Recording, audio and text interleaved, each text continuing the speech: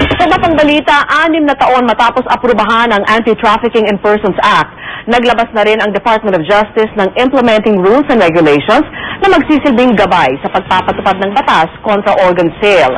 Umaasa ang ahensya na mapipigilan nito ang lalong paglala ng bentahan ng human organs sa bansa. Saksi si Marisol Abduraman. Mismo ang World Health Organization ang nagsabi, pang-5 ang Pilipinas sa mga organ trafficking hotspots sa buong mundo.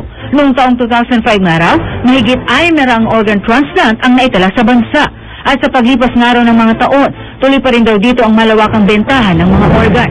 Sa datos na ng Asia Against Child Trafficking noong 2008, mahigit 400 ang isinagawang kidney transplant sa bansa mula sa mga donor na hindi naman kaanak at walang direktang kaugnayan sa pasyente.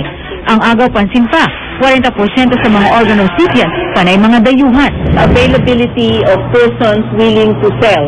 So the presence of poor people who can be convinced to sell. Mahigpit na pinagbabawal ang pagbebenta ng mga organ sa RA 9208. Pero ayon sa AACC, walang pangil ang nasabing batas. Nitong Hunyo, nagpalabas ang DOJ ng Implementing Rules and Regulations kontra sa organ trafficking.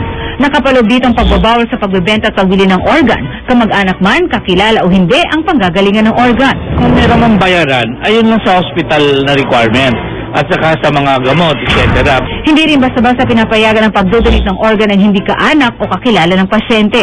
Pwede lang ito kapag napatunayan sa masusing medical evaluation na walang kaanak na makakapag-donate ng organ sa pasyente. Mahigpit na rin sa mga dayuhan.